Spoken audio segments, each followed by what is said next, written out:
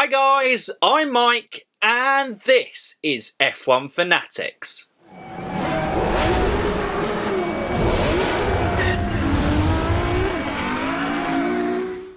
Welcome back, and last week we started part 1 of the F1 Legacies looking at Michael Schumacher, the great 7-time world champion. We looked at his career starting back in 1991 with that qualifying in Belgium, which obviously would become a popular hunting ground for him, and then building all the way up to the 1999 season where it kind of ended with what could have been.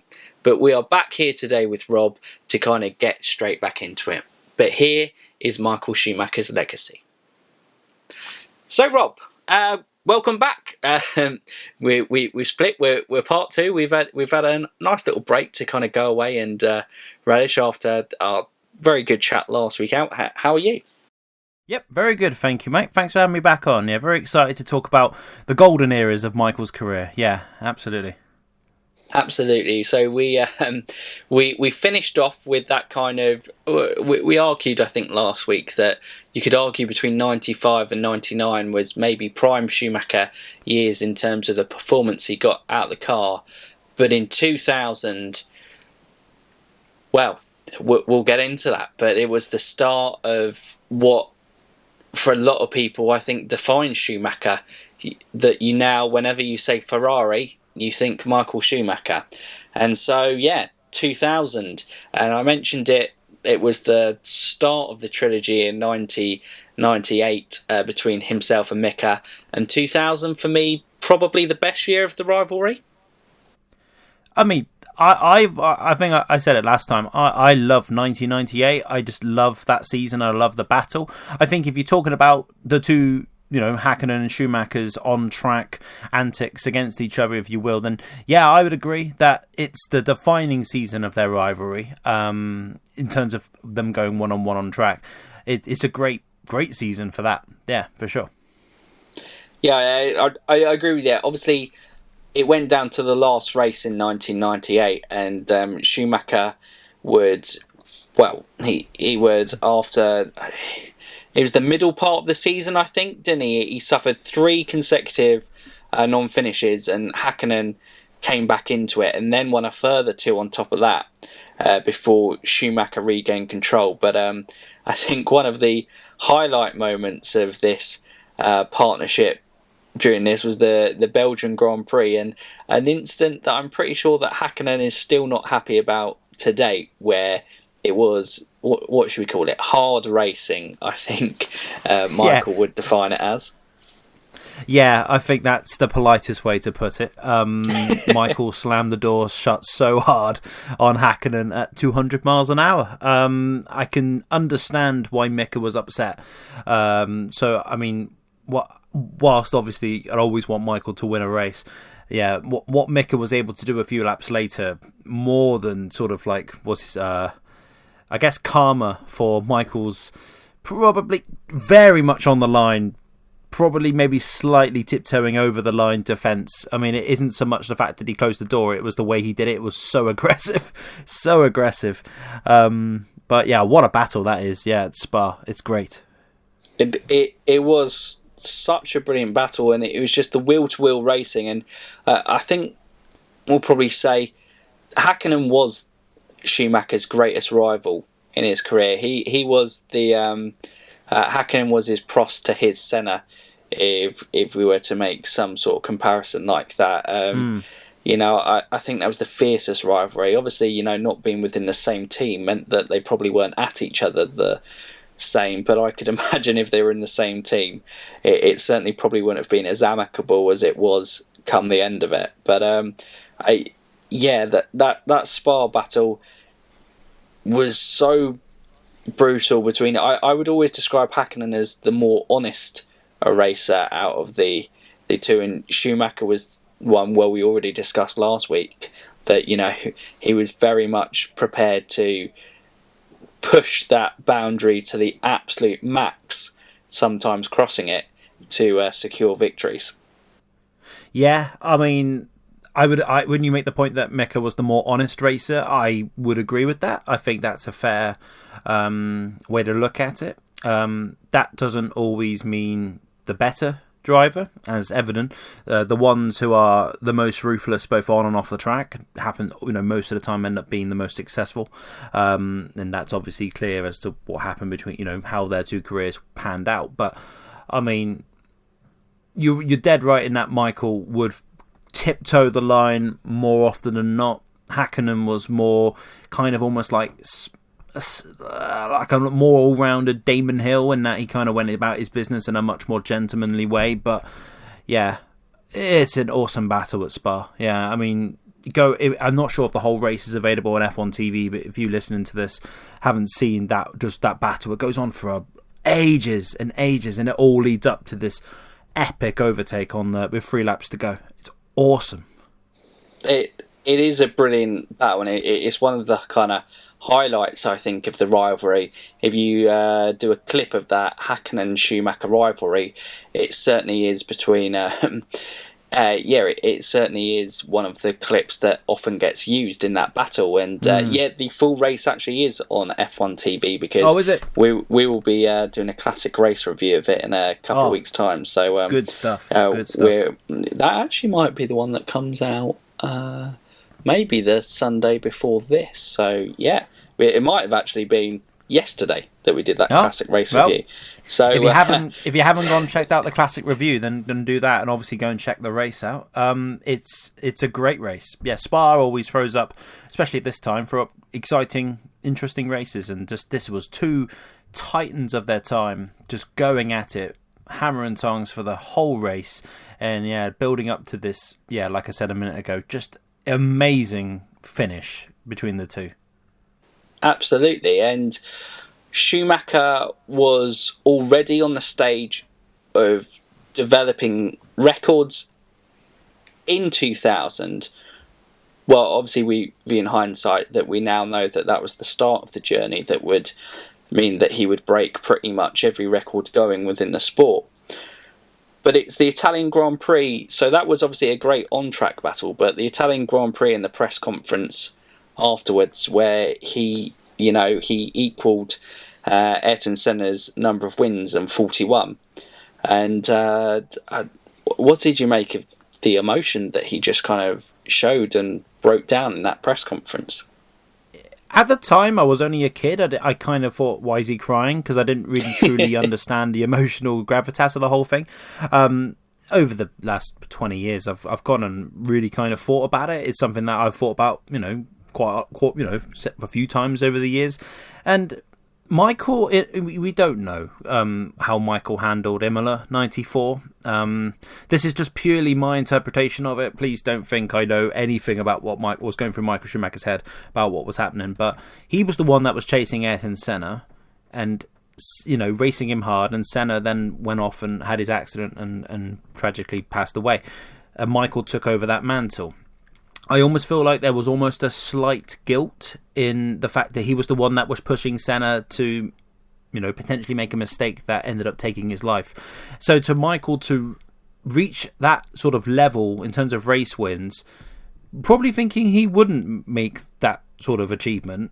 True, possibly. You never know, what happens in Formula One. You might get a great car year after year, or you might get a poor car and never reach the heights you maybe should have. So Michael probably realising in that moment the emotion of the day, getting back into the championship hunt, winning up Monza, then just to have the guy doing the questions in the press conference say, you've matched Senna's record, does it mean a lot to you? And he's probably gone, actually, you know what, I've been building this up for 6 years and this means more than he could probably explain. And then he didn't have to explain. His crying said way more than him saying, yeah, no, it means a lot, all this, that and the other.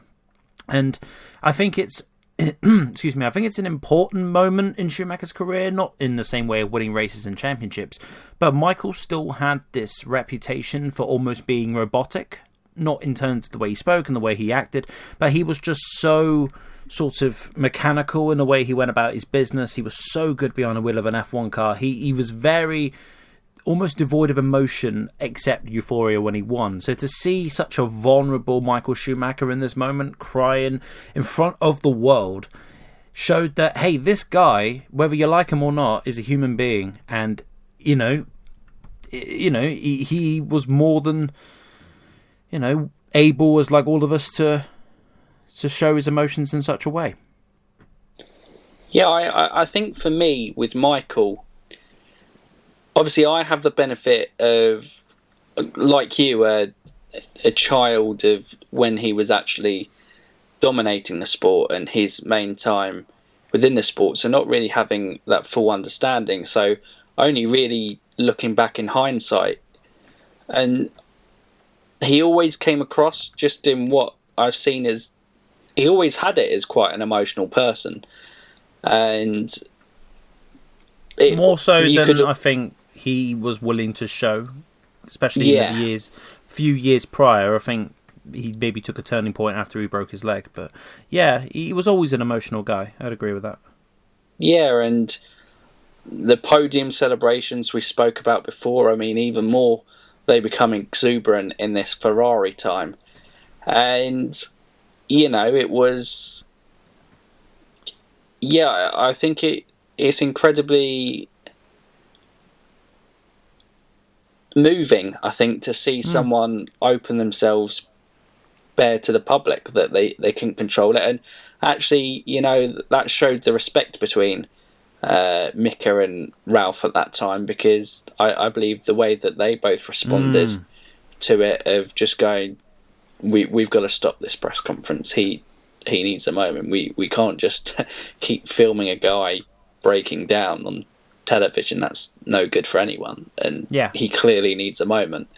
And as much as they may be fierce on track, there is that respect between them. And I imagine Mika was, well, because of how he battled and how he'd beaten him, was probably immensely proud for Michael as well, achieving the record, equaling that record that Senna set.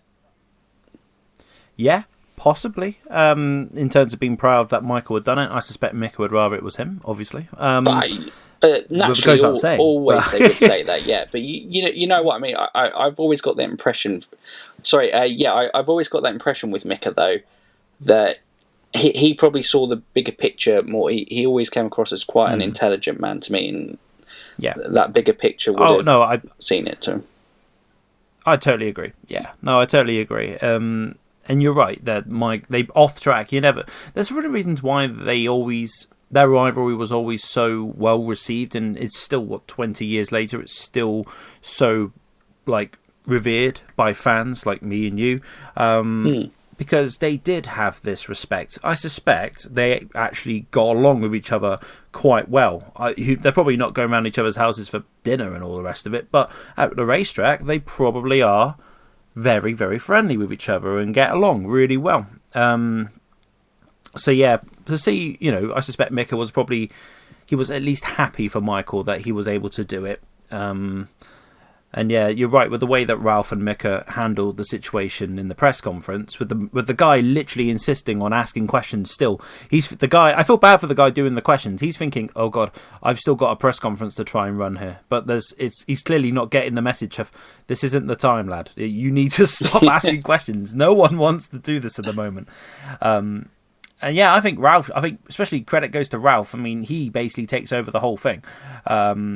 He just kind of ends up taking over proceedings as Mika's there consoling Michael. But yeah, it's certainly one of the more, I guess, emotional moments of Schumacher's career. I think he has more emotional moments, and we'll get to them in a moment. But yeah, it's certainly noteworthy. Yeah, and that season we'll round off 2000. Obviously, he seals that first title for Ferrari, the first driver's title since 1979. 79. When Jody won it. And, he won it at the penultimate race. And, it showed, obviously, he got ahead of Mika in the second pit stop, didn't he? Mm-hmm. But I think this was the perfect way, because they would never have a title fight after this. It was the perfect way for Schumacher to do it for me. He's won, he's achieved, he's worked since 1996 for this title. He's grinded it, he's missed out to Hill, he's missed out to Villeneuve, he's missed out to Mika twice. 1999 was kind of more out of his control. But 2000, it had all come together. The Ferrari, his dream at Ferrari was coming together. And him and Mika, I believe, finished over a minute ahead of third place in that race. And it almost seemed the perfect end to go. They were so far above anyone in that period that, that the rivalry would end with such dominance, with Schumacher finally coming out on top. Yeah, I mean, you're right. They were the two class of the field during their time at the top, of their respect, of that particular era. I mean, Japan is amazing. I mean, Michael gets pole, Hakkinen jumps him off the line immediately, and you think, oh dear. I remember waking up for this race as a kid. But the fact that Mika wasn't able to pull away, I mean, they were literally just full flat out for the 53 laps of that race. Yeah, and I always think one of my favourite moments in Formula One ever for me is leading up to the second round of stops. It's Hakkinen leading Schumacher. Hakkinen pits first. He's immediately then stuck in some traffic, but Michael just pumps in some seriously fast laps. Like this, he probably knew that this is it. This is the moment. If I'm going to win this World Championship, these next few laps were the most important of his entire career up to this point. They would, and he put them in. The pressure that he was on, he would have had from the Ferrari and the fans especially, must have been utterly indescribable. 97 came close, he threw it away himself. 98, it didn't happen. 99, he broke his leg. This year, everything, all the stars lined up. Michael knew going into it that this has to be it. Because I suspect you go to a title decider, obviously we know how the Malaysian Grand Prix went, but go to a title decider, is Michael Schumacher psychologically going to be able to handle that? Because in the past, he has shown in that situation with Damon Hill and with Jacques Villeneuve, and in 98 as well, that he possibly isn't that psychologically strong if he's in that situation. Michael showed, he can be strong enough psychologically to handle the pressure. Goes in for his stop. Ferrari put in an awesome pit stop, 6-second stop. He comes out, and I always remember that image of Michael coming out of the pits, and Mika's just come onto the pit straight. And 7-year-old me, 8 or 9-year-old me was literally just bouncing off the walls. But there was still 15 laps to go, so it was far from over. It starts to rain, and Michael backs off a lot. Hakkinen's going for it, one last shot. And I always remember the iconic commentary call from Murray Walker as Michael enters that final chicane onto the pit straight. He goes, a brilliant race from Michael Schumacher. He comes round and, that moment where he crosses the line and starts slamming his fist on the steering wheel.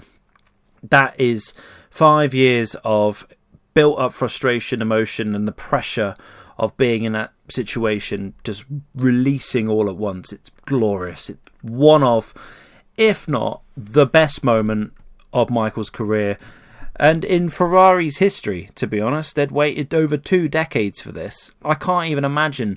I wish I was my age now, experiencing that. I couldn't even imagine, waiting that long for a world championship. I mean, I'm a Ferrari fan, so the chances are still going to have to wait that long for it in real life.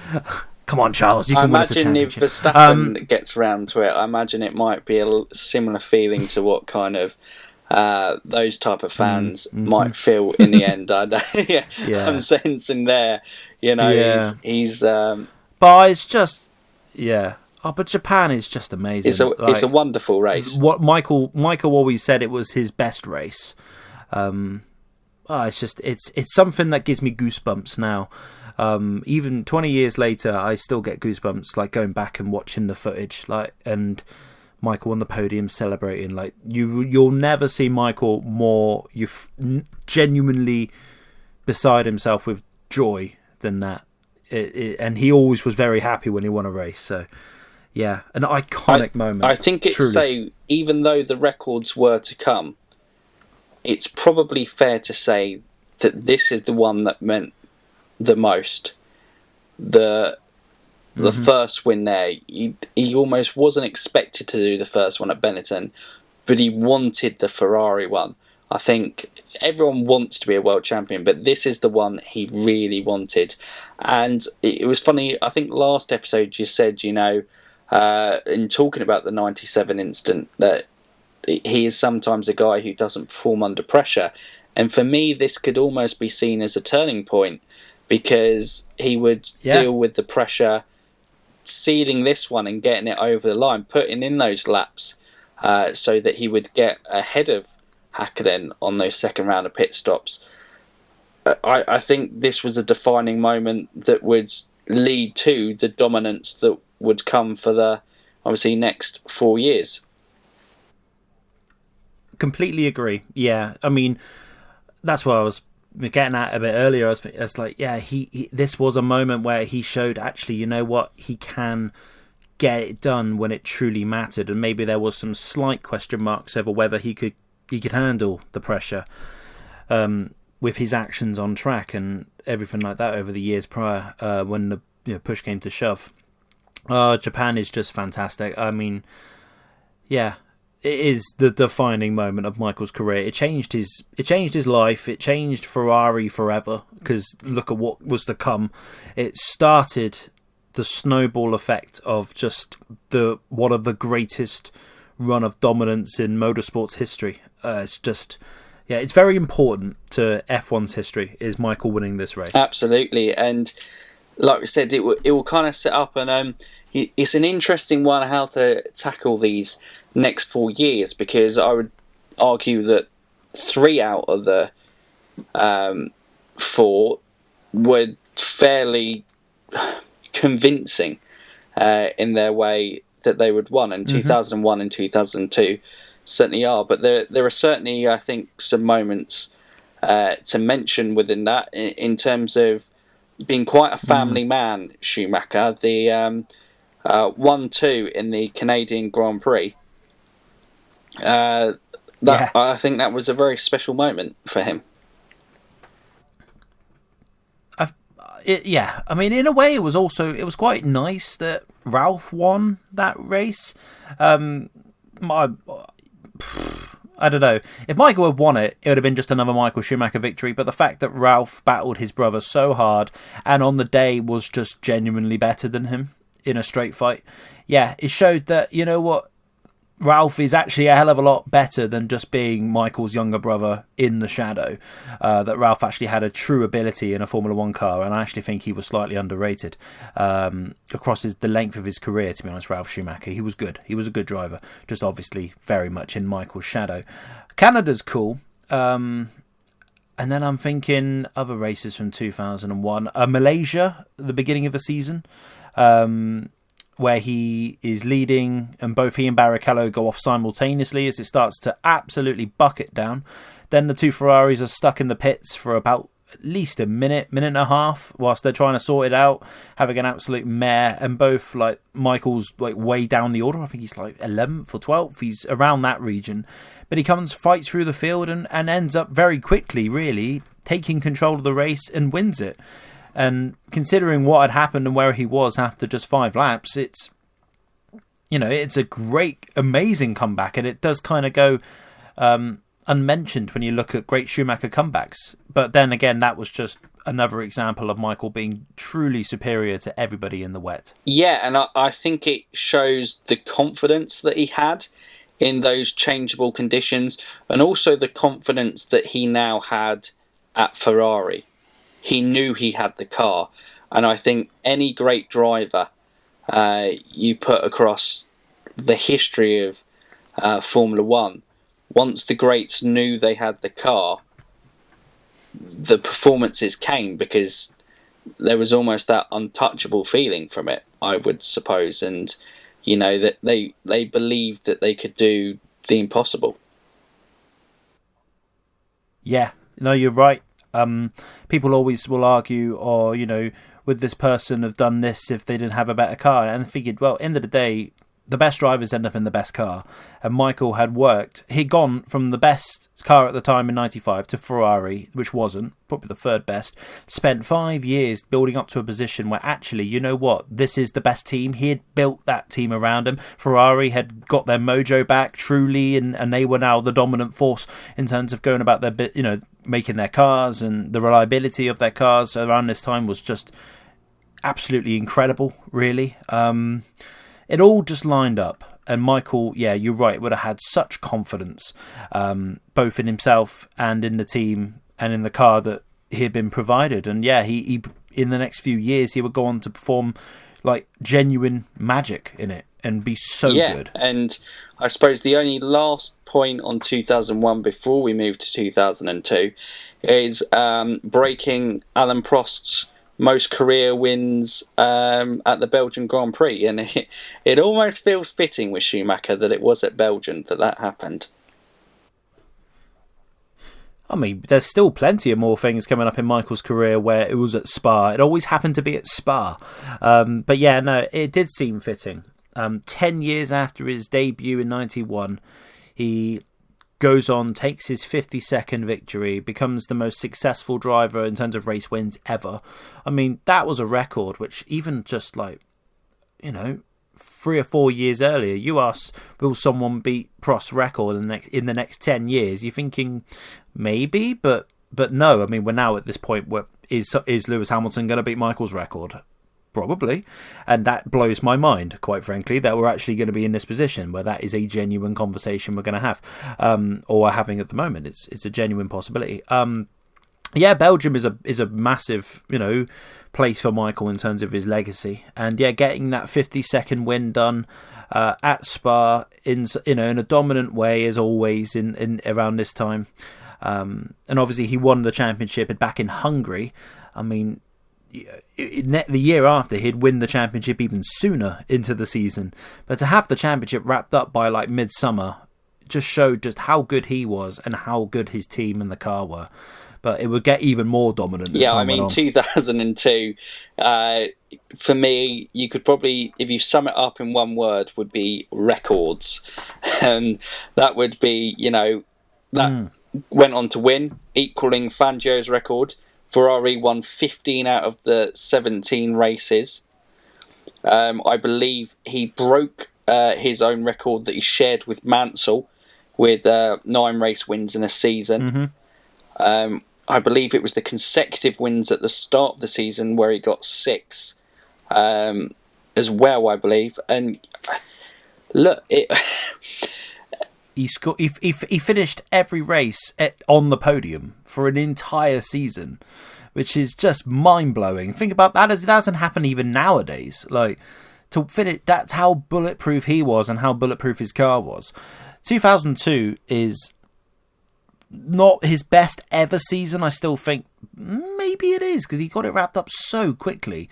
Well, it's certainly at least tied as his best ever season. It's just an almost hilarious amount of dominance that he displayed and Ferrari displayed that year. It's a season that means a lot to me too. I met Michael very briefly in 2002, so it's always a season, and the British Grand Prix in particular, which I hold very dear to me, because I actually got to meet Michael. That's amazing. And I presume just kind of briefly to go, hi Michael, big fan, autograph, great, or was it a little bit more than that? It was.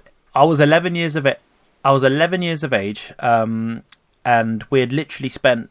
This is back in the days when you went to Silverstone. You could literally stand outside the paddock entrance, literally right up into the gates of the paddock, and no one batted an eye really. So we did that for the whole weekend, and I met everybody, literally everybody. I mean, right down to all the back markers in Formula One. I met Jean Todt, I met Eddie Jordan, David Coulthard, Kimi Raikkonen, Barrichello. I basically met everybody of note, but I hadn't met Michael. And on the morning of the race, we were waiting. Me and my dad were waiting outside the paddock. Autograph book and the old disposable cameras. Remember them? Amazing. I know, right? The ones where you have to, none of this smartphone, take it on your phone business. You had to wind these things up. And then you actually you know what I mean? You were just like, crazy. I really hope this is good. because I've got no idea. Yeah. So yeah, absolutely. Yeah, you had no retakes. And also there was only like 20 pictures per roll or something. Like, it was hilarious. Anyway, we're waiting outside the paddock in the morning, and there he comes out of the back of a I don't know, like a car or something. And my dad's like, go now. I'll follow you. And I'm literally, me and this big group of people sprint up to him, and just get my autograph. And there's this picture my dad snapped of me, literally 11-year-old boy meeting his idol. And I'm literally like eyes wide, mouth slightly agape in this moment, knowing that this will probably never happen again. But this is Michael Schumacher right here. And even just from that experience, a really short experience, he had this, I don't know how to describe it, like an aura about him. Like everybody else almost felt like a normal person who happened to do a really cool job. Michael Schumacher felt like one of the world's truly special sporting people. I can imagine it must have been the same meeting Michael Jordan in his time. You know, that sort of sporting individual. And yeah, just being in his presence for just a few seconds, especially at this time where he was at the absolute height of his powers, was something I've never forgotten. I will never forget, and I love this picture. I'll put it up on my Everything Racing Podcast Twitter page so you can see it. But it is great, and it's a memory I hold forever. And then to cap it off, he went to win the race, which led. I burst into tears with happiness. It was a very, very, very special day. Yeah, the 2002 British Grand Prix. So that's probably why I always hold 2002 very near and dear to my heart. That's an incredible story, and it's one of the things I love doing podcasts for, because you just hear these amazing stories, and it's amazing hearing what he meant to you, and you know, just that moment. And I do imagine it's the greats have it. I imagine people had it when they met Senna. I imagine people get it now when they see Hamilton.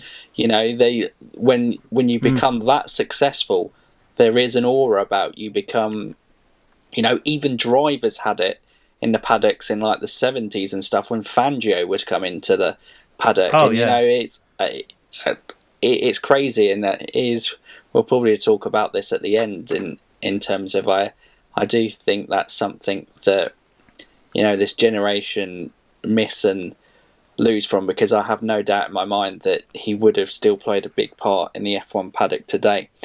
But I probably the only controversy 2002. I won't put too much of a downer on your 202, because now knowing how much it means.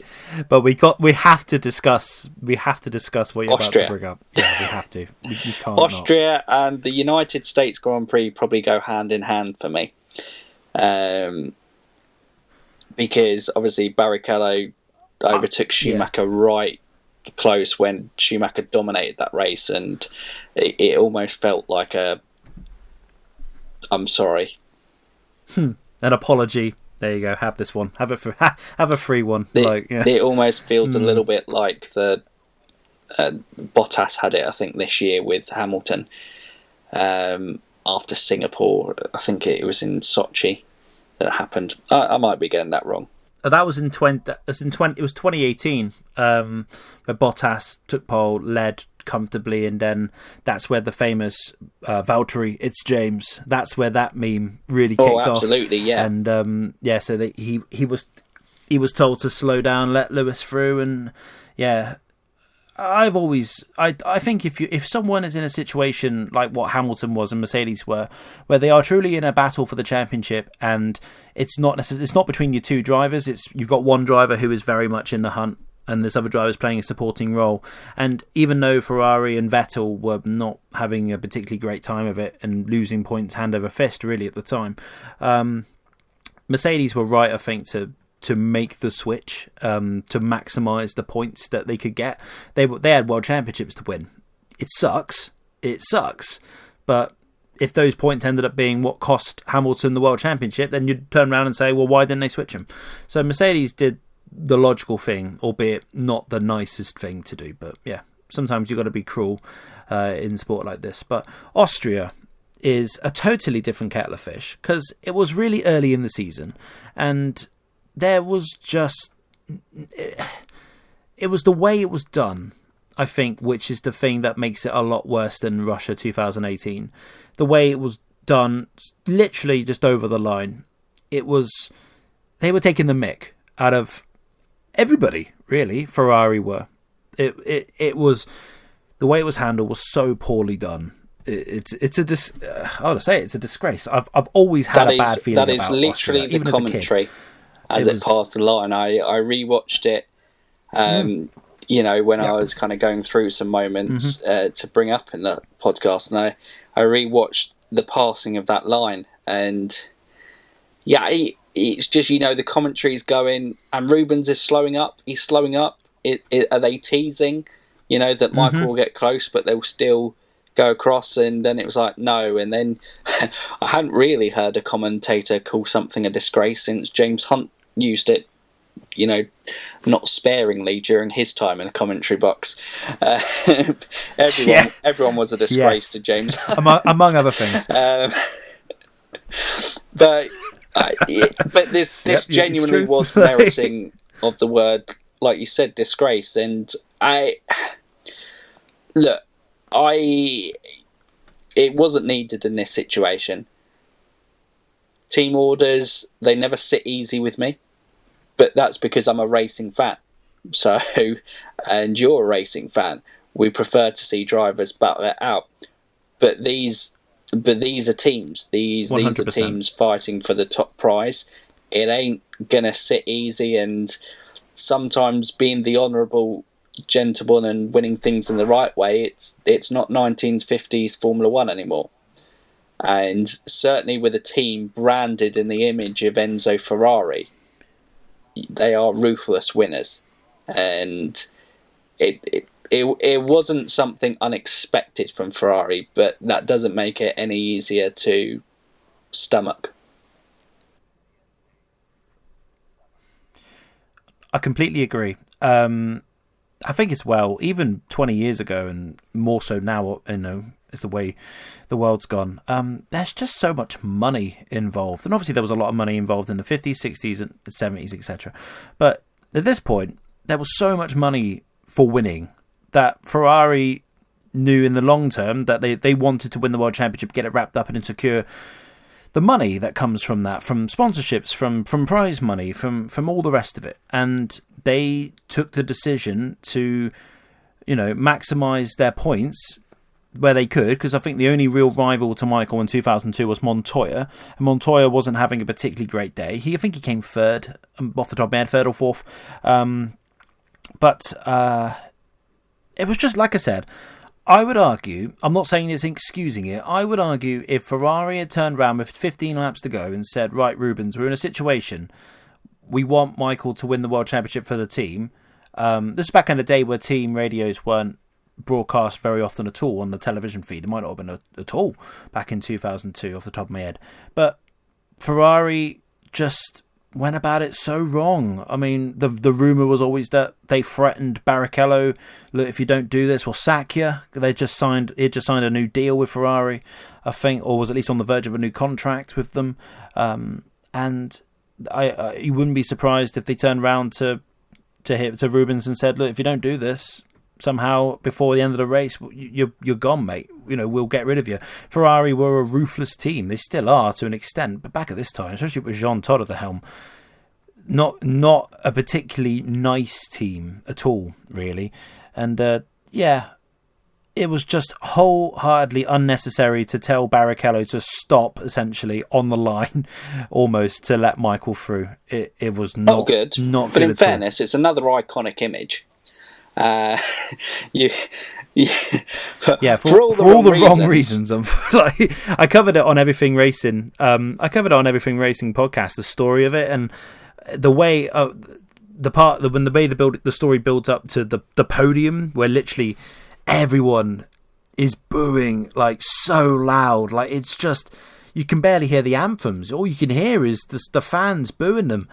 I mean, it's because of the way it was done. On the line, they'd spent 70 laps building up to this point, and they had the rightful winner robbed from them literally yards from the finish. not good. But yeah, USA, I always kind of, as well, would go to the Indianapolis where they basically staged a finish. I think that's just Ferrari just trying to show off. Look, we are so good. We can literally stage a finish. They wanted to get, I suspect they wanted to get the record for the closest finish. And I think they at least got second or third. I don't think they quite managed it. But they completely stuffed it up. Barrichello ends up winning, and then there's this scene in the Parc Fermé after the race where I think they literally, looks like Michael and Rubens just draw a line in the sand and just go, yeah, shall we just move on from this? Like this is a mess. And and thankfully that was really the only tarnish on what was an immense season from Ferrari. And we'll move on to the last two seasons, and it was one that was defined by probably the closest fight in Michael's Ferrari. Häkkinen might have been the best competitor in 2000, but I believe that it went down to the last race with Kimi. Funnily enough, at Japan again. But yeah, absolutely. 04 was dominant, 03 was the title battle, and the last, I imagined what 2020 I was hoping would be was this season with Hamilton, Leclerc, Verstappen. So the inexperienced, talented, hungry for their first championship guys in the Ferrari Red Bull against Mercedes and Hamilton. That was it with Schumacher by this stage. You know, he had equalled Fangio's record, already won the previous 3 years with Ferrari. Absolutely, they're blitzing it at this stage. Montoya had showed promise last year and it had come in fruition. Raikkonen, I believe it was his first full season in 2002 with McLaren, and 2003 is where he really pushed it. And yeah, it was a lot of intriguing moments between the three of them all year. Yeah, it's certainly... It's kind of like the equivalent of when Villeneuve won the championship in 97. Ferrari had the best car in 2003, but for a combination of other teams who were behind maybe just outperforming themselves to an extent, and Villeneuve and Williams perhaps kind of making a bit of a meal of it, but still getting the job done somehow, some way. Michael, in 2003 and Ferrari were the same. I mean, the 2003 GA wasn't a particularly... It's kind of a very forgettable car when they eventually launched it. I mean, this is back in the days where Ferrari would literally do 4 races into a season and then launch that year's car, which is, I think, more of a testament to how good the 2002 car was, because it still won a race at Imola. But 2003 is an odd season. I just think everyone else got better. And the Michelin tyres, especially in hot conditions, were just fantastic, far superior to the Bridgestones on just a hot day, which allowed McLaren and Williams to get close and to really, really, truly fight Ferrari and take it to them. There was this issue as well with the Bridgestone tyres that kind of came to a head at Monza. Off the top of my head, I don't remember a huge amount about that. I don't know if it was something to do with tyre pressures or the the way the tyres were manufactured, but they were changed for Monza, and just so it happened, Michael wins at Monza and then wins at USA, and then goes on to win the World Championship. So there was a little bit of sort of shenanigans both on and off the track, but 2003 is an interesting season. But yeah, again, sort of a bit of a scrappy season altogether from Ferrari and from Michael. But yeah, in the end, it still showed the quality of the two, combination of Ferrari and Michael, in that even when things weren't going super smoothly, they still got the job done. I think that is very much when a team gets in their dominant period, it is so hard to be so dominant in a sport and be better than everyone else, because year on year you have to remotivate yourself, and no matter how much you remotivate yourself, it isn't quite the same as being hungry for that first one. And now, because you've won 3 previous to this one, you're going for a 4th. Yeah, you want that 4th, But there are guys, Williams, they haven't won since 1997. McLaren, they haven't won since 1999. You've got Juan Pablo Montoya, a champion in kind of IndyCar coming across, and he really backs himself. He wants that world title to kind of prove himself. Kimi Räikkönen, this young Finn, lightning quick, he wants to kind of do it. You know, Mika Hakkinen recommended him to get in that seat, a mentor to Kimi. I imagine certainly he would have liked to have got one up over Michael during this time. And, you know, it's to still come out on top. Yes, obviously the kind of redesign of the tyres at Monza may have helped and played into these things, but there's always kind of it's almost like a game of Monopoly type of thing. Yeah. It's you stumble across, you go to jail type card. But but you know what I mean. There's always going to be stumbling blocks in a season. That's the fact of, because it's Formula One is a human sport. It's man and machinery. So therefore, there will always be mistakes. There will always be kind of redefined moments. There will always be something that doesn't go entirely to plan. But, you know, over the course of the season, to still come out on top, it was vastly impressive, and certainly one of his most impressive wins in the Ferrari era. Yeah, no, you're absolutely right. We both said it, that, you know, the fact that despite the fact that it all didn't kind of go their way, they still managed to get the job done in the end. Just showed the quality of Ferrari and Michael Schumacher. It's a great season. You know, I'm pretty sure a lot of the races are available on F1 TV, and yeah, I recommend 2003. That's a season people don't talk about that much. It's a great season. There's some cracking races in that season, especially Silverstone. That's one of my favourite races of all time. I was there for one. I went to Silverstone many years on the spin. 2003 is a great season. Yeah, I definitely recommend checking out a full season if you haven't. You know, if you listen and haven't, or watch and haven't, you know, checked it out, do so. Great season. Yeah, it really is a brilliant one, and for me, it was the start of Kimi starting to hit his peak, and it's probably Montoya's best season in Formula One. Agreed. It never quite kind of worked out for him at McLaren. Kimi was always the one who came out the better of the two in there, and we'll move on to 2004. So obviously, you know, he broke the record. He gets that record 6th championship. Absolutely incredible achievement in 2003. 2004 for me, again, like 2002, is one word, records. But you'd probably just go, wow. Is after being so close the season before, you know, only finishing 2 points ahead of Räikkönen, just securing that single point in the last race. 2004, it probably is. I don't know if the records, I can't remember if some of the Mercedes seasons between 2014 and 16 were more dominant.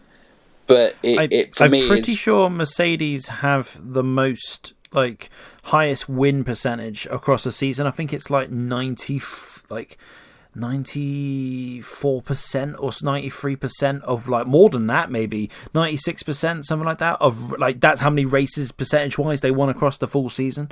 Yeah, there's more races to win, but yeah, this was the, I think, aside from 1988 McLaren, which won 15 out of 16 races, this is one of the most dominant seasons ever by any team. It's just, well, in many ways, people claimed, and you'd be hard pressed to, you know, disagree with it in a way. It almost damaged the sport how dominant it was. People, especially at the time where there wasn't a whole lot of coverage of other motorsport categories you can go and get your fix from. Formula One in the UK, at least, was very much the number one motorsport, and it was just, people just didn't want to tune in because they knew that Michael Schumacher and Ferrari were going to win. And when they didn't win, it was through... Just to put it in perspective, Schumacher won 12 of the first 13 races of this season. He got a record 148 points in that season. And that's when he could only score 10 points per win. That says it all. Like, that doesn't sound like a lot of points compared to these days, but 10 points a win back at this point. 148, did you say? Yeah, Holy 148. moly. Yep. 34 points ahead of Rubens. Set a new record of 13 race wins out of a possible 18, beating his previous best of 11. And yeah, obviously clinching that record 7th world title as well. I mean, there isn't really much more you can say about 2004 other than just it was the crowning jewel on what had been an era of absolute dominance for Ferrari. It's just... I personally don't mind 2004. It's widely regarded as one of the worst seasons of the modern era because it was just literally Schumacher's on pole, he's the whole race, wins. But there were some really, truly great races in this time. I mean, France, I don't know if that's one you had written down to talk about, where he and Ross Brawn just decided to play around with everybody and do a 4-stop strategy on a whim, and they pulled it off. I mean, that is just taking the mick. Like, that's how much better they were than everybody. Yeah, we'll pull off a 4-stop strategy at a circuit where you probably really don't need to do it. They just kind of did it for fun and to prove a point that actually we are so much better than you all. 2004 is... I mean, that's why I was kind of and ahhing as to whether 2002 or 2004 is Michael's best season. I mean, you probably do have to lean towards 2004. 13 wins in an 18-race season is just ungodly. Like, it's just amazing. It was just such an incredible... Yeah, he was... Bang. He was at the top. Everything happened. And, Ferrari, they looked an unstoppable machine at this stage. 6 constructors titles back-to-back. 5 driver titles back-to-back since 2000 for Michael. And then the rule changes happened, and 2005 came along. Yes. I've always had this opinion that with new regulation changes, the team that it kind of hurts the most is the team that's at the top at the time. And this was no more evident than in 2005, where the regulations changed to stop Ferrari's dominance, and what do you know, it worked. Because in comes Renault and McLaren, especially Renault, who go to, Renault went from being, second, third, fourth best team to number one, undisputed number one team. And Ferrari in 2005 had one of its worst ever seasons. And the fact that Michael's only race win was a race which only had 6 cars in it, kind of says it all for that season. It really does. And that was one of the moments. The other moment was Imola, with, obviously, he was king at Imola. And that kind of Fernando holding him off, I think it was the last 28 laps of the race. And I know that's still a race that he holds kind of dear to his heart, that, that was something that he was proving himself against Michael for, the young guns of... Fernando and Kimi coming through. It was massive for them to kind of be getting on top of Michael. And so, yeah, that was a really epic kind of battle and end to a race. Michael pushing until everything. ITV decided to go for a bloomin' ad break with about 3 laps to go. Do you remember that? Yeah. And then they came back, and it was like starting the last lap. And then they after the race, like, I remember Jim Rosenthal literally saying, "We're really sorry. We're going to replay the final 5 laps for you now." I'm thinking, what's the point? Like, the race is over. Oh, what an It's over now. mess. We know what happens. Yeah, exactly. It's like watching a game of football, but you already know the result. So why bother? It's never quite the same. Yeah, I know what you mean. And the only other point I really have in 2005 was, he showed in Suzuka. The last... was it the last race or the penultimate race? I think it was the China was last. Yeah, and Fernando had wrapped up the title before in Brazil. Kimi obviously has the standout race of his career. But, they'd all kind of started quite near back. Kimi had started 17th, Fernando had started 16th, Michael, I think, was around 12th. But for the majority of the race, there was this kind of midfield battle between Michael in a kind of inferior car to Fernando and Kimi, and there were some great battles. Fernando had to pull off that overtake at 130R, which is incredible. Kimi, the big overtake was obviously the Giancarlo Fisichella one on the last lap, but also he passed Schumacher finally at the same point there earlier on in the race, so he'd almost lined up that same move. And I just thought it showed Schumacher's guile and skill still. Even in an inferior car, he was still making it bloody difficult for these young guns coming through. Yeah, I mean, that's one thing I've always thought about Michael. We'll get to his comeback and all that when he was in inferior machinery, but I always felt Michael was able to outperform bad cars. I mean, the F2005 is a bad car. Like, it's one of the worst cars Ferrari have made in the last 20 years. It's a really poor car. Just didn't suit the regulations whatsoever. To be fair, the regulations were pretty weird at the time. Not being able to pit, not being able to take new tyres was strange. But the 2005 season, I almost feel like it's like a passing of the guard, kind of, or it's like, to liken it to animals, it's like, here's the king of the pride in Michael Schumacher, and here comes these two young lions that come in and go, actually, we're going to take over. It feel, to use a bit of a cliched way of looking at it, that's kind of what it was. But Michael, in his defence, was then still defending himself valiantly in Japan, as you made the point, still showing that, hey, they've still got some way to go to truly knock me off my perch. But yeah, I think the less said about 2005, the better. And then 2006, where probably the only time, I would say, in Michael's career, the fairy tale didn't quite happen. Yes. But it was still a hell of a season. Michael was fantastic, especially in the middle part of the season to the end. In the first half of the season, Alonso was just marginally better than Michael. I remember Bahrain, Michael takes pole. It's his first pole for quite a while. Like, you're going back to some point in like mid 2004. Japan 2004, I want to say, was the last time he took pole position. He took a pole in Hungary in 2005. Anyway, something like that. It'd been a while. He took his pole position. He gets beaten by Alonso fair and square in a straight fight. Then it's Malaysia, and I think Michael finished like 5th or 6th, and then he crashed out all on his own in Australia. And you start wondering, I remember the press very much asking the question, is he now kind of, he's obviously beyond his peak. His peak was like 2004.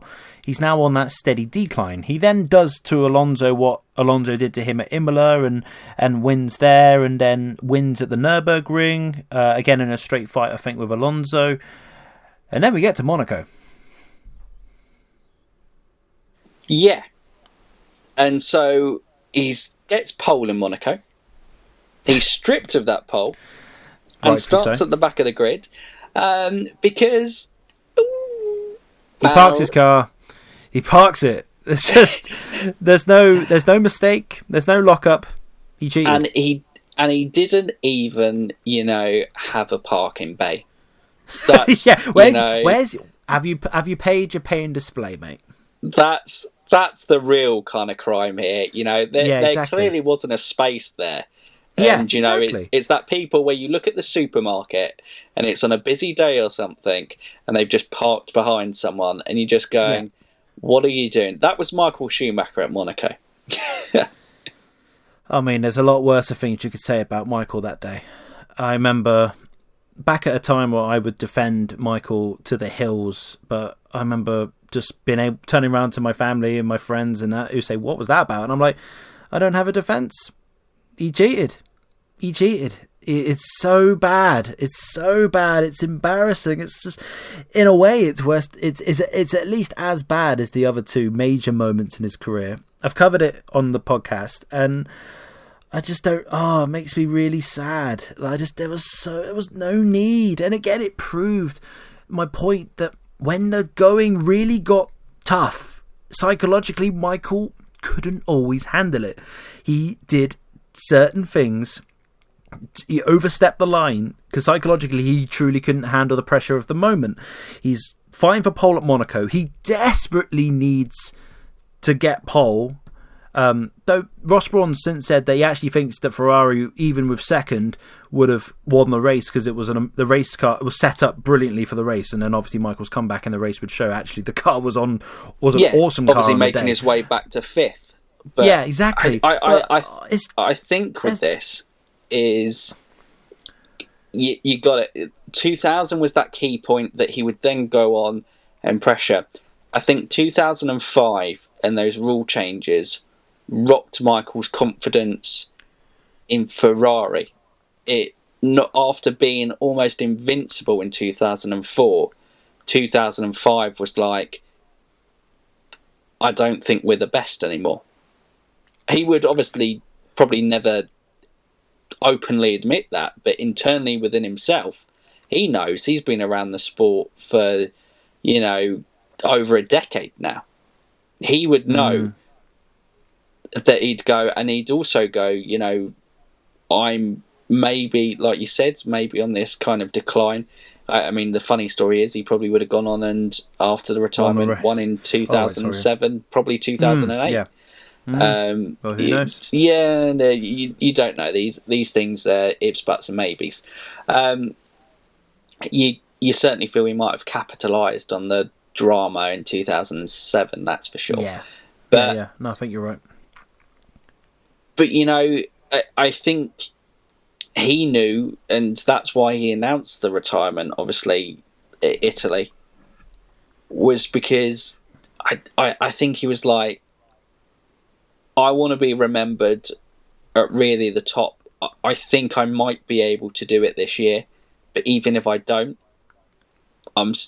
it will still be a close title battle.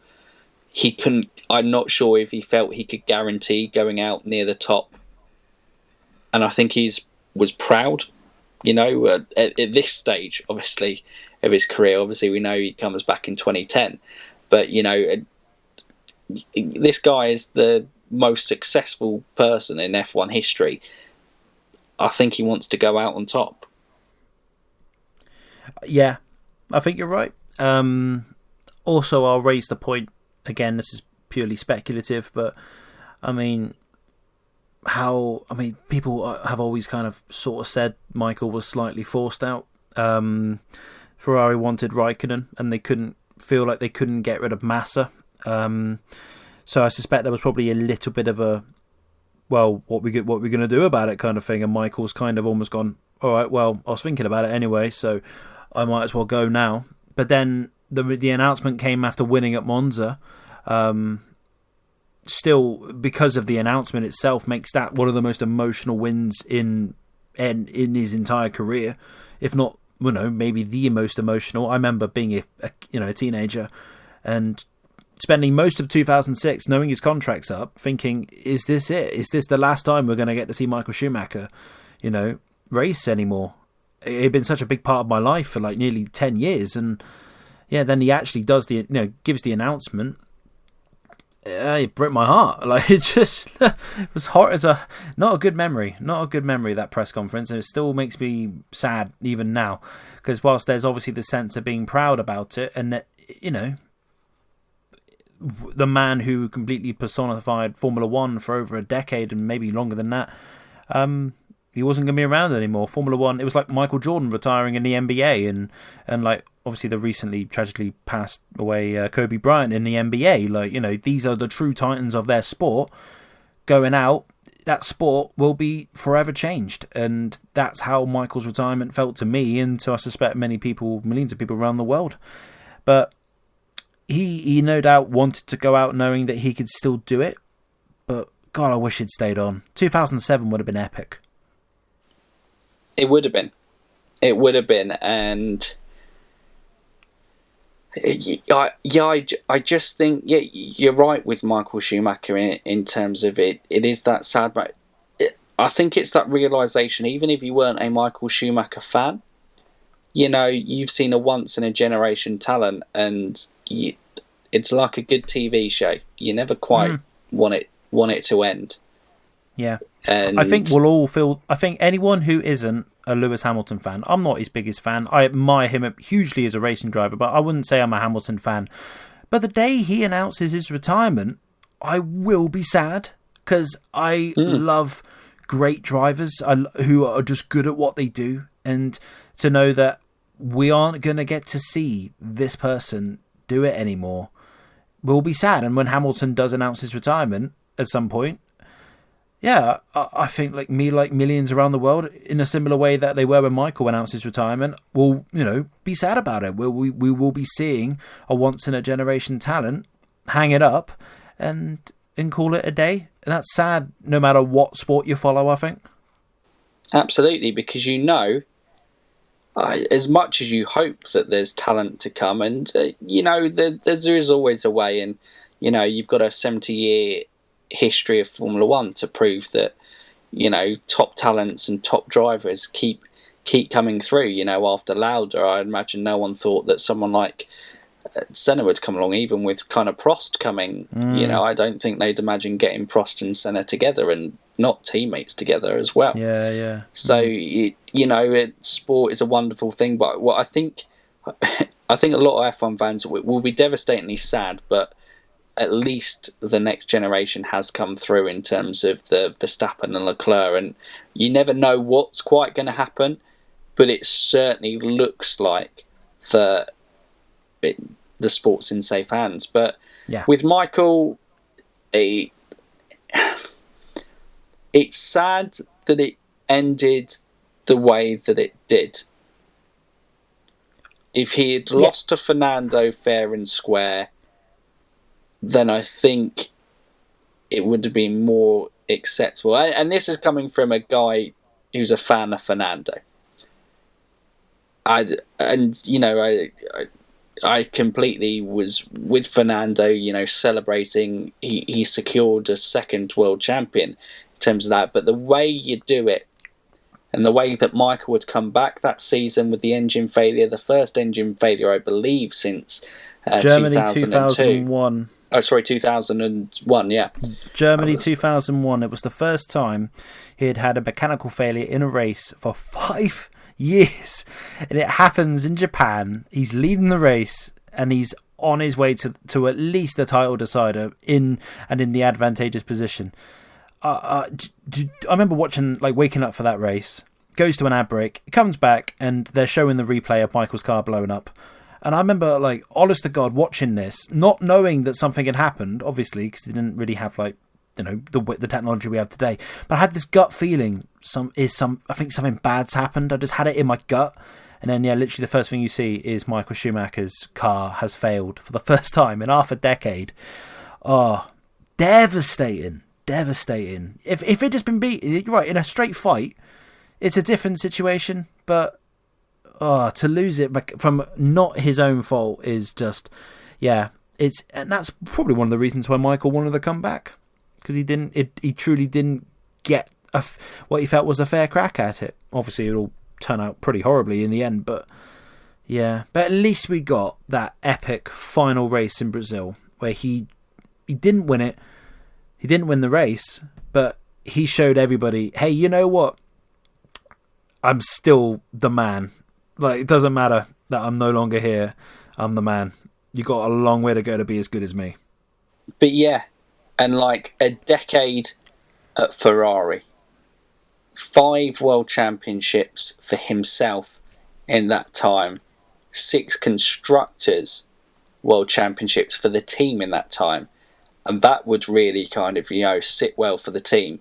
They would have loved the individual success, but they also would love the kind of constructor success as well. Bringing the Ferrari team up and everything that team achieved. And although it didn't have the fairy tale end, the perfect end, Michael's stint at Ferrari is what puts him in the history books.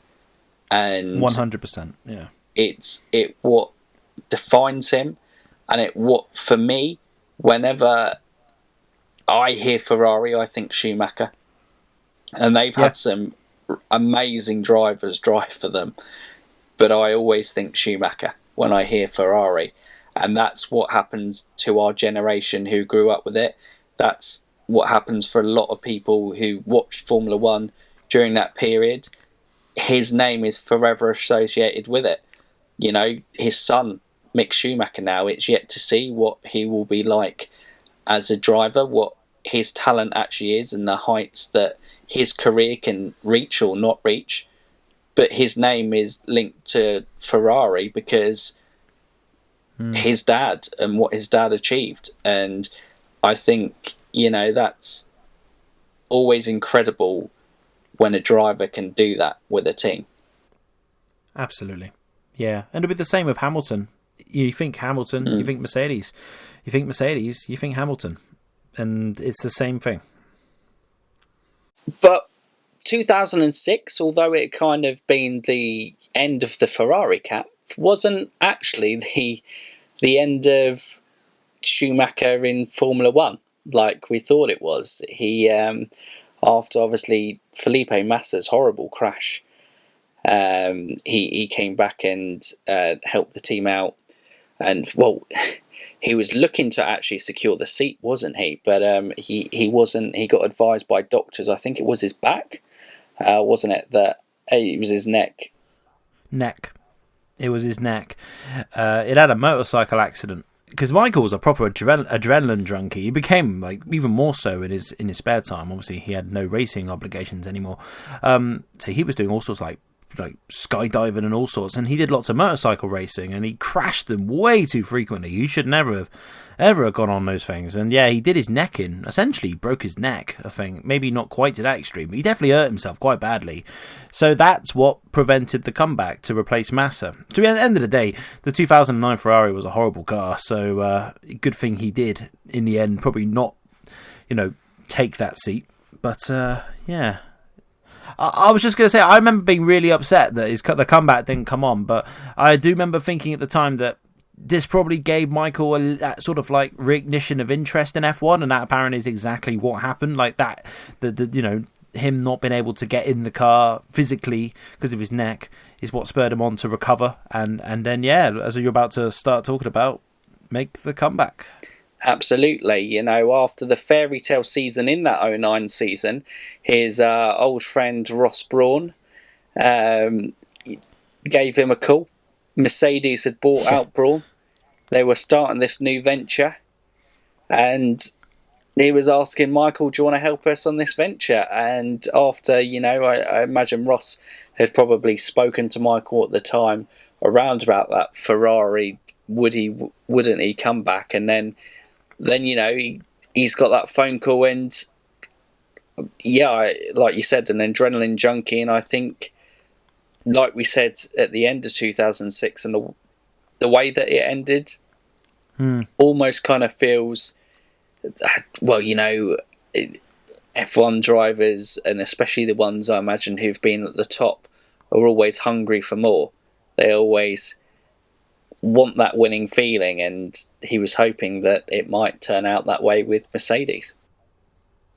I mean, Michael had no reason to think that anything other than we're at least going to be competitive, because Brawn had come in, had the ultimate fairy tale season, and then with the injection of full-on Mercedes backing, their return to Formula One for the first time since 1955, they were all in on it. Like, They weren't just supplying engines anymore. This was it. They were all in on this. And they went and got the biggest free agent, if you will, you could possibly imagine at the time. Especially, I mean, they love the fact they had a German team based in England, but neither here nor there, but a German team with two German drivers in them. And you had two drivers at very, very varying points of their lives and careers. But I just remember, I will never forget, just doing whatever I think it was literally a couple of days before Christmas in 2009, and just getting the news that, turn the news on. Like, literally, people who I hadn't spoken to for ages were literally texting me, or whatever it was at the time, texting or Facebooking or whatever, saying, "You've got to turn the news on. Turn it on now." And yeah, Michael Schumacher returns. It was like, not to sound cringe, but it was like a Christmas gift. It was like, this is just, I can't believe it. Especially at a time where, the team he was joining had just won both the drivers in the Constructors' Championship. You think, oh my God, he actually might be the Michael Schumacher, maybe not as naturally as quick, because time does that to the body and all that, but he's back, and he's back in such a great scenario. But as it turned out, over the course of the 3 seasons, it didn't really go the way that Michael would have wanted. But I think what Michael achieved with Mercedes is now, it's more important than just the results he achieved. It started such a period of time of dominance for Mercedes, that Michael laying the foundations for that is as important as him, scoring points in a podium and a pole position. It's more important than that.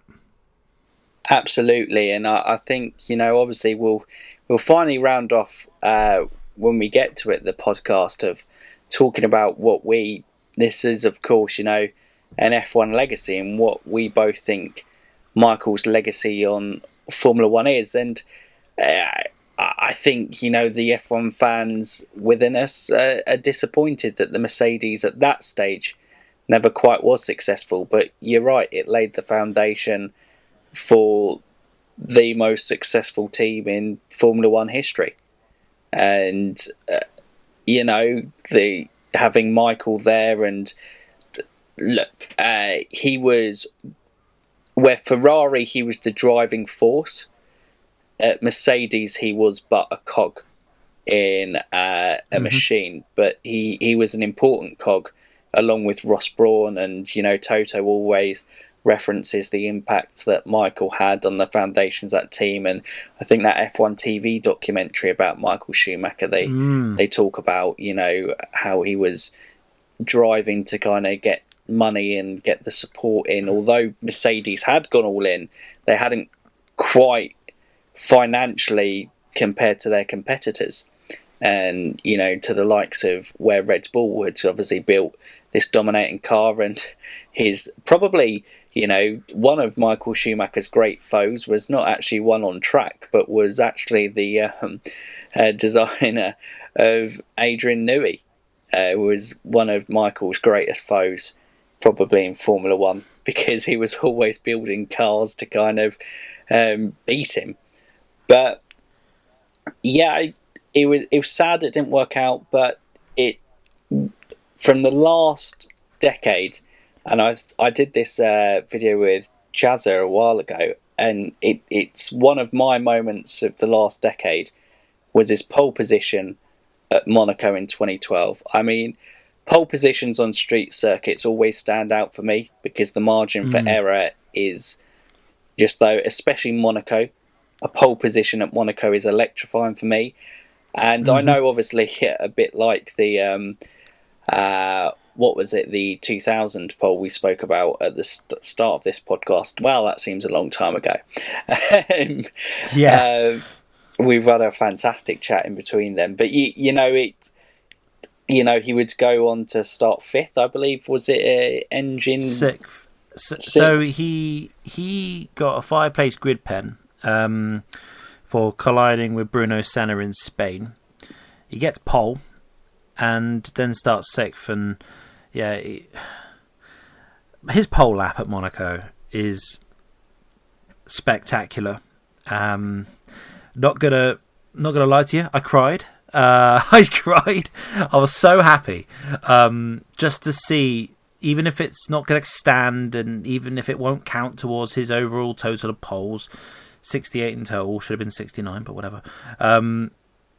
This was Michael Schumacher that I grew to admire hugely. He was such a fan through everything, thick and thin. And it was almost like I kind of thought it was the last time we might ever see Michael be the Michael Schumacher of 10, 15, 20 years prior. He was, on that day, that lap is epic. I remember him going through the swimming pool section. He's one-handed. He's changing the brake bias as he's going through the swimming pool section. He's doing that one-handed. And I remember thinking, that is just a man who is still, at 43, at the, he could still go. He could still go. And he showed signs of it over the 3 years. I mean, not to gloss over the comeback completely. I mean, he was running as high as second in Canada, for example. He came ninth in 2010 in the standings, 8th in 2011, much lower down in 2012, like 13th, 14th, 15th, something like that. But Michael still, across the 3 years, showed the signs of the Michael Schumacher that was of old. But Monaco is undoubtedly the highlight of 3 seasons, which, people say, did it damage his legacy? Nah, I don't think so. Look. I think it's the bigger picture here. He laid, like I said earlier, and you said, he laid the foundations for what would end up becoming probably the greatest team we've ever seen in this current Mercedes team. So that cannot be understated. So, but yeah, that pole lap is special. I think for me as well, that pole lap, I think enhances his reputation, because Agreed. It showed for a lot of people, for a lot of new fans coming into the sport, who maybe came into F1 a little bit later, or were young growing up. Mm-hmm. They would have heard about this Michael Schumacher, but they wouldn't have lived through it, and they wouldn't have gone, and they would have seen that pole lap, and they would have seen the people's reaction to it, and they would have gone, wow, this Michael Schumacher's, actually good. And I imagine it maybe inspired a lot of people to go back and look at his career. And for me, it was a beautiful last hurrah. I know Senna is the king of Monaco. The only thing that would have been more poetic is if it had been at somewhere like Spa, as a kind of full circle from 1991 to 2012. It would have been. That's the only one. But then again, Monaco, to go out at Monaco, the one that all the drivers want, to be quickest there, that's something special. So it was at a beautiful 43. last hurrah. At 43, exactly.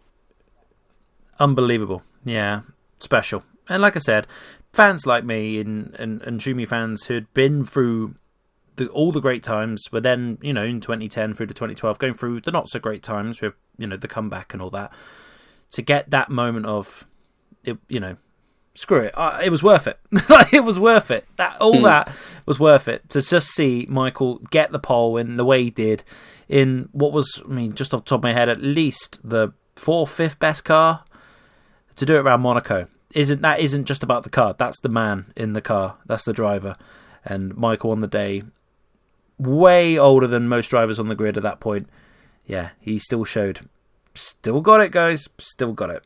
Absolutely. And well, the sad thing was that he announced his retirement in 2012, and the main reason behind that, he could have kept going for a year or two more, and if he kept on going for a couple of years, we all know what the Mercedes did in 2014. But it was to spend more time with his family. And unfortunately, he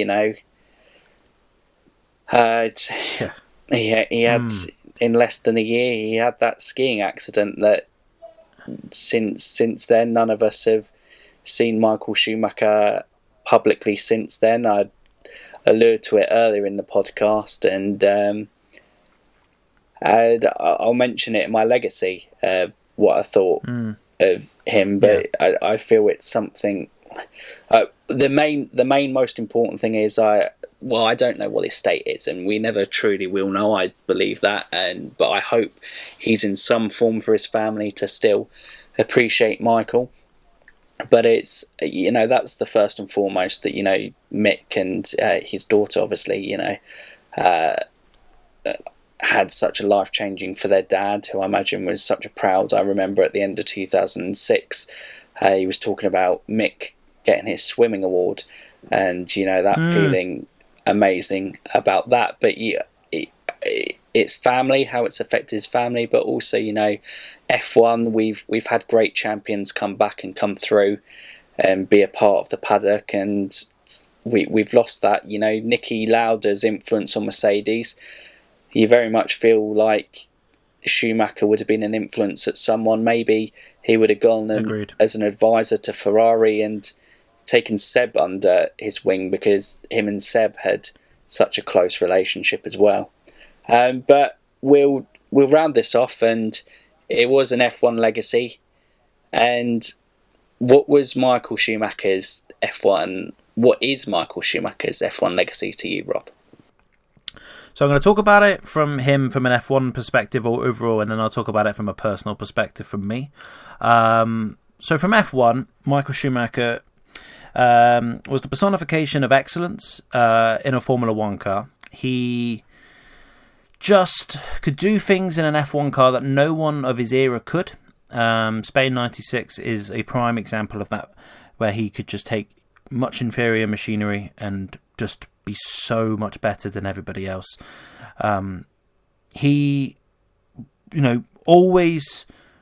was never satisfied with how things were. That's why he put in so much time with his mechanics. He put in so much time on the test track. He put so much time in like his own physical preparations for races. He changed the game in terms of fitness in Formula One. You know, this is he debuted at a time where drivers were basically passing out after every race.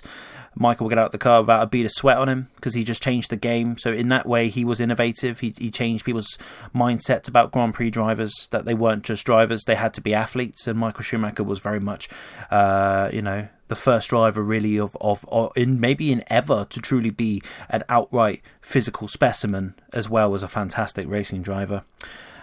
He was the face of the sport for his entire career. You think Formula One, you thought of Michael Schumacher.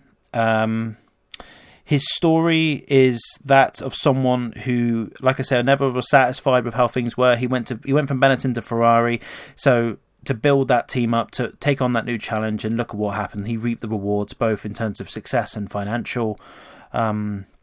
He is, in terms of talent, one of the greatest racing drivers, not just in Formula One history, but in F1 history. Of course, he overstepped the line multiple times in his career. I do think that all the great drivers will have moments in their career where perhaps you question why they did that. And that goes for, I think, everybody who's ever been somebody in Formula One. You don't have to like it. It's a part of who he was. He was just so driven to win at all costs, for good and for bad. But that ended up leading to him becoming the most successful driver ever. Whilst his records, I think, are going to go over time, records are meant to be broken in the same way that Michael beat Fangio's championship record, Prost's win record, Senna's pole record. You know, these records are meant to be beaten, and I don't doubt Michael's records will be beaten at some point in time. But I don't think Michael would have it any other way. Hence why I think his time at Mercedes is more sort of a laying the foundations more than just his outright success on his own. Again, the bigger picture here. So I think in terms of his F1 career, his legacy is just someone who was so supremely talented, who, you know, had such a desire to win, and someone who, when you talk about the all-time greats on sort of like a Mount Rushmore of Formula One, he's on it. He has to be. From a personal perspective, I know I've mentioned how I don't like the more sort of dodgy stuff he's done. Whilst I don't ignore those things, and I've accepted that this is just a part of Michael's legacy, the reason why Michael Schumacher means so much to me is just because, not to get too deep, but there was a time in my life where I was getting quite badly bullied at school, and honestly, truth hand on heart, the only thing I really had positive at the time was Formula One and Michael Schumacher's dominance. And I knew no matter how bad the week had been, that at the weekend he was going to win. So from a personal perspective, Michael's career means a lot to me. And one of the reasons why is because, in a way, his success got me through a really bleak period. And, you know, his story was something I was fascinated by as a kid. I didn't know who he was when I started watching, but I was naturally gravitated towards him. There was just something, like I said it earlier when I said about how when I met him, there was something special about just being in his presence. There was something special about Michael Schumacher, and I understood that at a young age, and I was captivated by him and just wanted to see him do well, and that ended up becoming, him becoming my hero, and still is, and he always will be. So for me, everything I've just said, to me at least, is Michael Schumacher's legacy.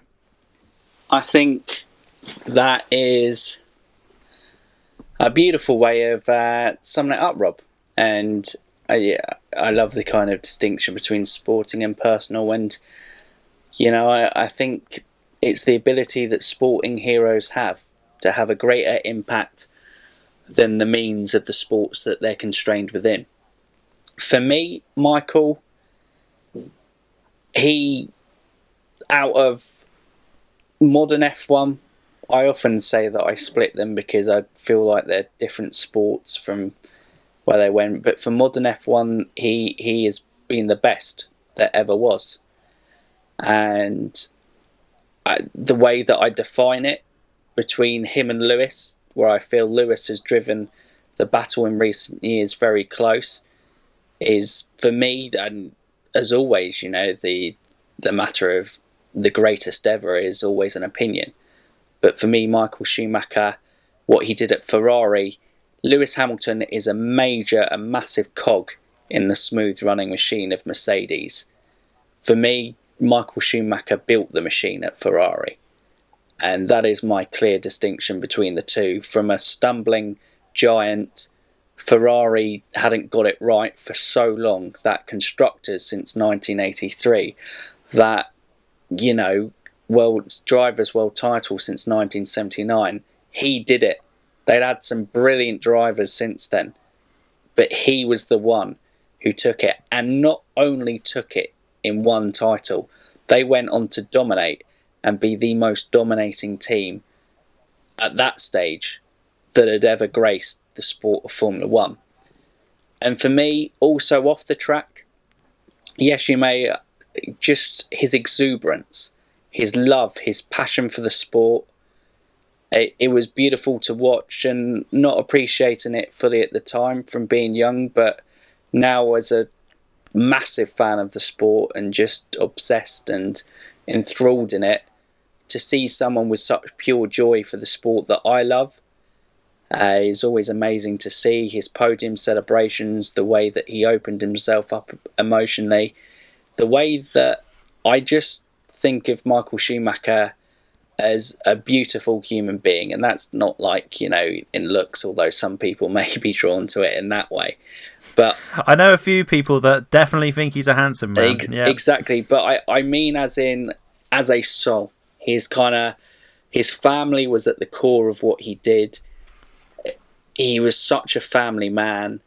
That 2006 interview, he just dominated the sport. He's had this huge legacy, and what he's thinking about is his son winning a swimming award, and the amount of joy that you saw on his face when talking about his son there, and the fact that he took all the time to be at the factory with the mechanics, learning their birthdays, not just because he had to, because he wanted to, playing the kind of football games with the mechanics, and he almost had that cheeky chappy smile. The infectious stories, of DC, that we spoke about it in part 1 of this, of having that arrogance of I'm never wrong. But, it was almost in a little bit of tongue-in-cheek. He knows that everyone's wrong at some times. But I also love the fact that he's a flawed hero. He isn't perfection. He isn't, this isn't a glistening, clean record.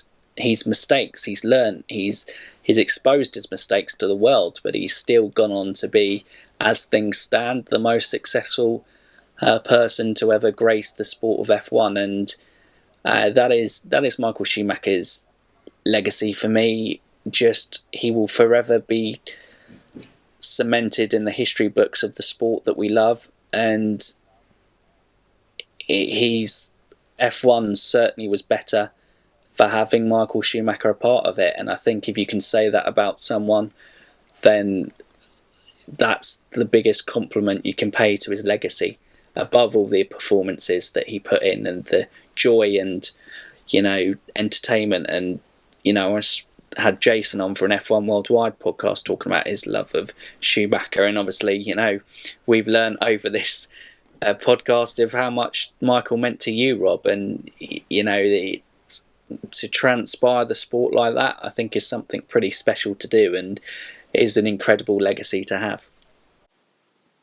Very well said. Yeah, you are absolutely on the money with what you just said.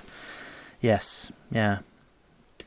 And that, guys, rounds off what has been, can only describe this as a journey. And I honestly do hope that you've loved it as much as I've loved having this kind of podcast with Rob. It's, even if you're not a Schumacher fan, I think, you just have to admire what he did, and going back and taking a look at, the rivalries he's had, the great highs, the great lows that he's had within the sport and everything, and what he means to people.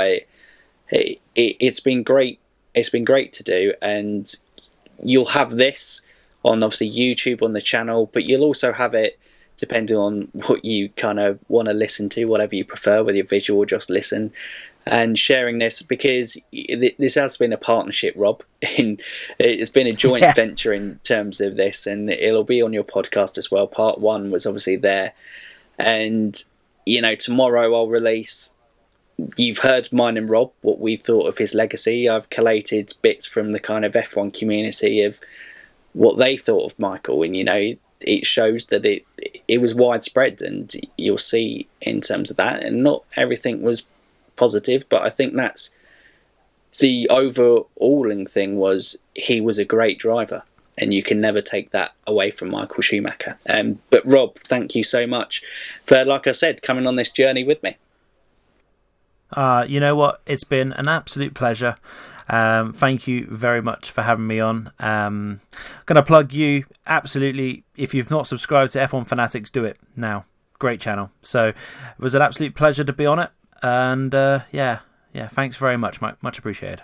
No problem at all, Rob. And like I said, this will be live on the Everything Racing podcast as well, which is Rob's podcast. And obviously, like we said in part 1, has a specially dedicated Schumi section, which I'm sure will have some of the incidents we've gone over in this podcast in just even more detail, if that is possible on this journey. But it is a great podcast for just F1 fans. It is Everything Racing, after all. But, like I said, Rob, a massive thank you again. But that, guys, that is it for today. So we hope you've enjoyed it. But for now, you F1 fans, keep racing.